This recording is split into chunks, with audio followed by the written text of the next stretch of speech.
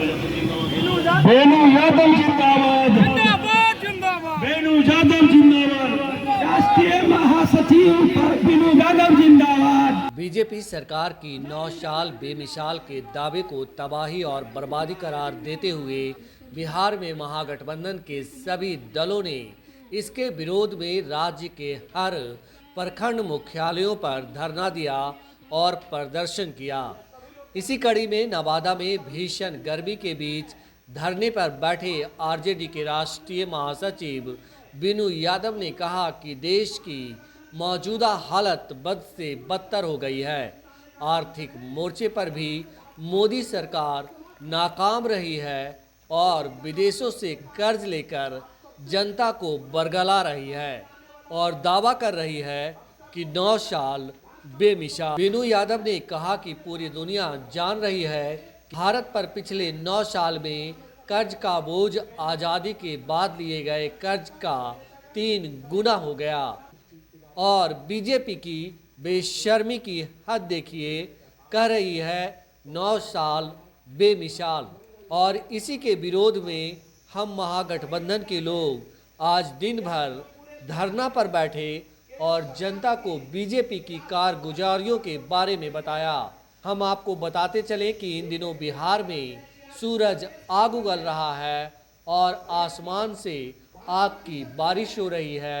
बावजूद इसके महागठबंधन के धरना प्रदर्शन में बड़ी संख्या में लोगों ने हिस्सा लिया और मोदी सरकार के खिलाफ अपना आवाज बुलंद किया। सुनिए इस मौके पर आरजेडी के राष्ट्रीय महासचिव बीनू यादव और महागठबंधन के दूसरे नेताओं ने क्या कुछ कहा। इस धरना के माध्यम से अपने लोगों के बीच में हम लोग आए हैं। वो इसलिए आए हैं कि जो बाबा साहब का संविधान था उसके साथ छेड़छाड़ हो रहा है। जो जातीय जनगणना थी उसको साजिश के तहत रुकवा दिया गया है। और अभी जो लोकसभा के जो नया भवन बना तो जो देश की महिला राष्ट्रपति हैं उनको वहाँ जाने नहीं दिया गया। वो भेदभाव छुआछूत के मानने वाले लोग वहाँ उनको जाने नहीं दिया। मैं अपने लोगों को ये कहने आया हूँ, समझाने आया हूँ कि सतर्क हो जाइए, फिर इनके किसी चालाकी का शिकार मत होइएगा। और नहीं तो देश जो है अब बताइए, संसद के अंदर एक डंडा रख दिया गया। वो डंडा जो है तो क्या है, उस डंडा के तहत पहले दंड देने का काम हुआ करता था। तो अपने लोगों को कहने आया हूँ कि होशियार हो जाइए, इनके चालाकियों से बचिए। ये फिर जब वोट ले लेंगे तो फिर देश के अंदर मनुस्मृति ला देंगे। और 2024 में लोकसभा चुनाव है। बीजेपी वाले लोग बोल रहे हैं कि हम अब की बार 400 सीट पार लाएंगे। इन पर आप लोग को क्या कहना है?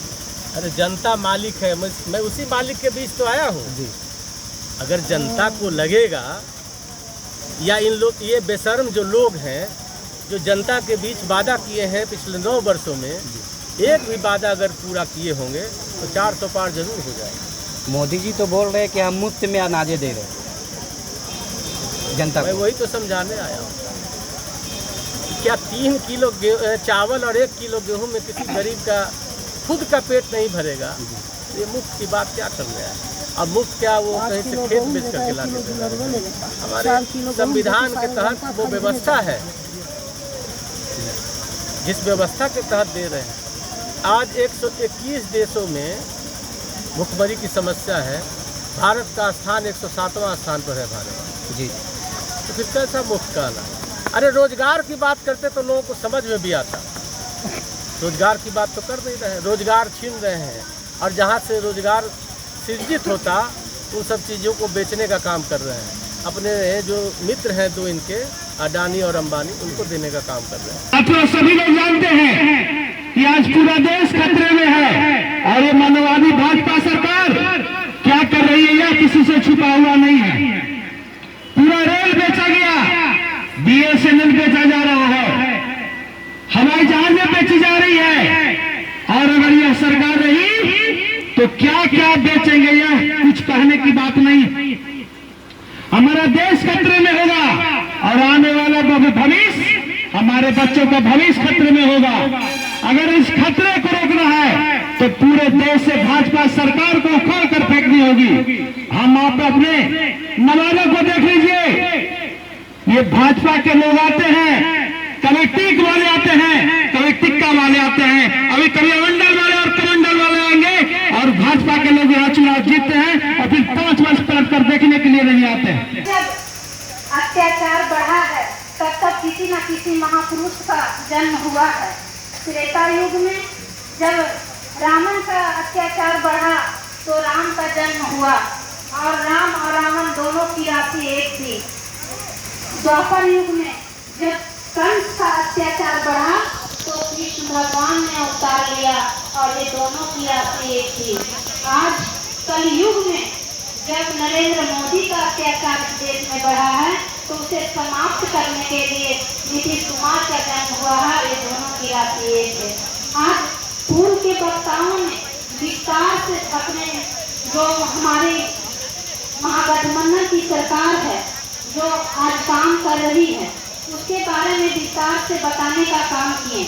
मैं उन बातों को न दोहराते हुए इतना कहना चाहूँगी कि अगर हम लोग ध्यान ले, महागठबंधन के जितने भी कार्यकर्ता हैं एकजुट होकर अगर यह मिशन में लग जाए तो निश्चित तौर पर आने वाला समय में हम लोग 2024 में पूर्ण बहुमत के साथ केंद्र में अपनी सरकार बनाने में सफल रहेंगे।